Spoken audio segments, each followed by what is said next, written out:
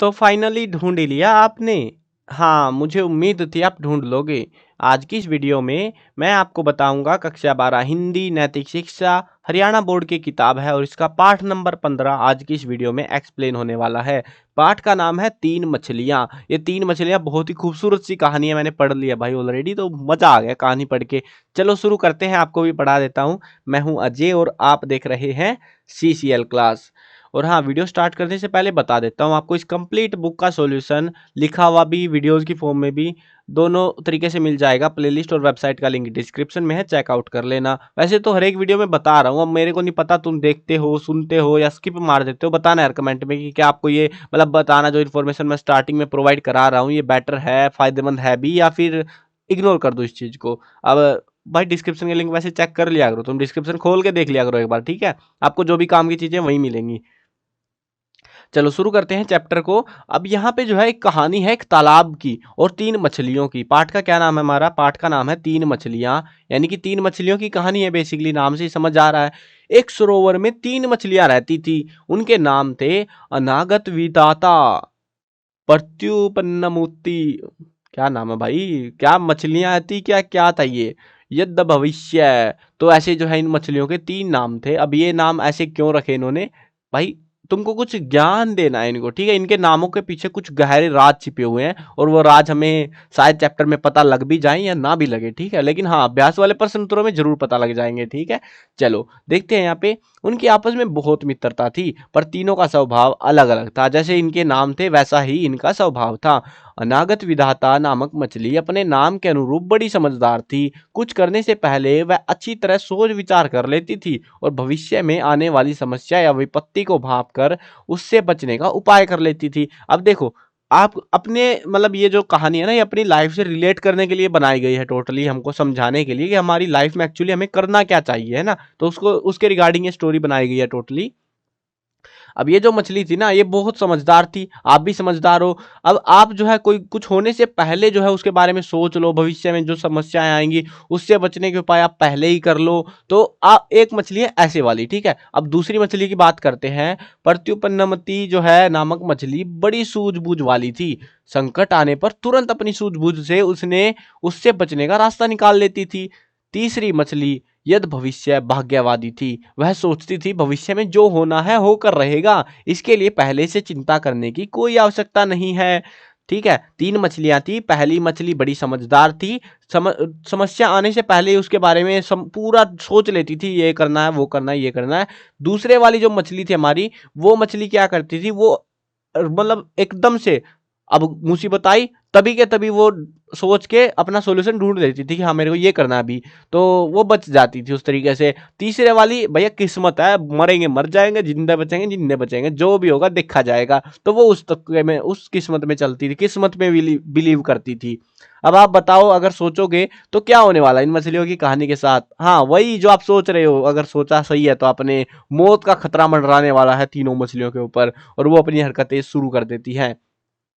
एक दिन की बात है, उस सरोवर के किनारे 2 मछुआरे आ गए। आपस में बातें करने लगे कि इस सरोवर में ढेरों मछलियां हैं, हम कल यहीं आकर मछलियां पकड़ेंगे। उनकी बातें सुनकर अनागत विधाता मछली ने अपनी दोनों मित्र मछलियों से कहा कि समझदारी इसी में है, हम सब आज रात में ही यह सरोवर छोड़कर नहर के रास्ते दूसरे सरोवर में चली जाएं।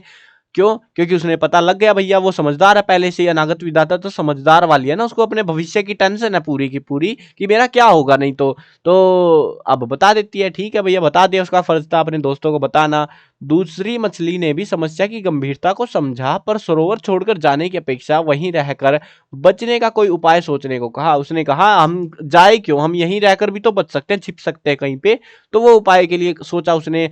जबकि तीसरी मछली मछली जो है यद भविष्य ने कहा अभी से चिंता करने का क्या फायदा, जो होगा देखा जाएगा, क्या कर लेगा वो शिकारी, हमारा किस्मत में होगा तो पकड़ लेगा और क्या। तो अब देखो किसका शिकार होता है भाई।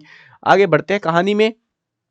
अनागत विधाता मछली कोई मुसीबत मोल नहीं लेना चाहती थी, भाई रिस्क भी क्यों लेना जिंदगी का।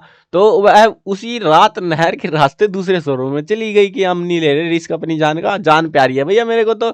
अब वो निकल लिया अपना दूसरे तालाब में, अब उसका तो रिस्क खत्म, जीरो रिस्क हो गया। अगले दिन मछुआरों ने उस सरोवर में जाल डाल दिया जिसमें उनको प्लानिंग थी कि हाँ इसमें पकड़ेंगे।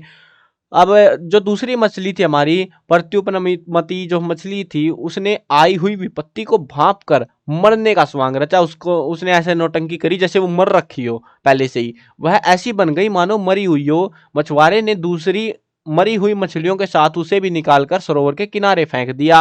अब किनारे फेंक दिया मतलब ये मरी हुई है, सड़ गई होंगी, क्या पता बिके ना बिके, तो वो साइड में फेंक रहा था ऐसे खराब मछलियों को, तो वो खराब मछलियों में चली गई उसकी श्रेणी में।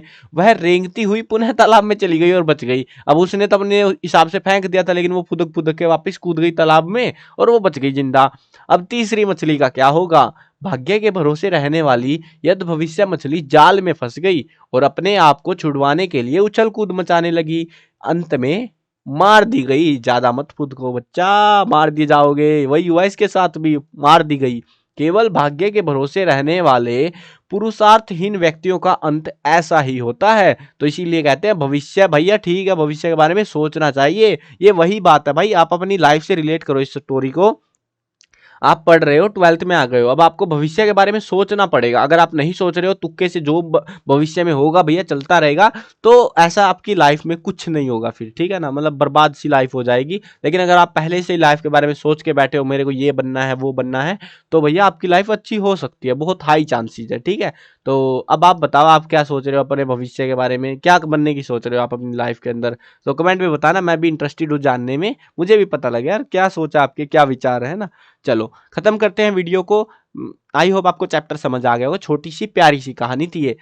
मैं कवर करने वाला हूँ क्लास 1 से 12 तक, हिंदी मीडियम इंग्लिश मीडियम दोनों में होने वाला है। तो सब्सक्राइब कर लेना यार, देखो अब 12th में तो आ ही गए हो तुम, क्या ही फर्क पड़ता है ना। लेकिन हाँ, सब्सक्राइब जरूर से कर लेना, क्योंकि आपको जो है ना अभी एग्जाम वगैरह होंगे, तो आपको जो है वेबसाइट के ऊपर और साथ में चैनल के ऊपर इंपॉर्टेंट क्वेश्चन हरियाणा बोर्ड के साथ में क्वेश्चन पेपर, एक्सप्लेनेशन, सोल्यूशन, काफी सारी चीजें आपको प्रोवाइड कराई जाएंगी। सो जब तक है यार 12th में तुम, तब तक कर लो, बाद में अनसब्सक्राइब मार देना, कोई बात नहीं। चलो मिलते हैं नई वीडियो में, बाय बाय।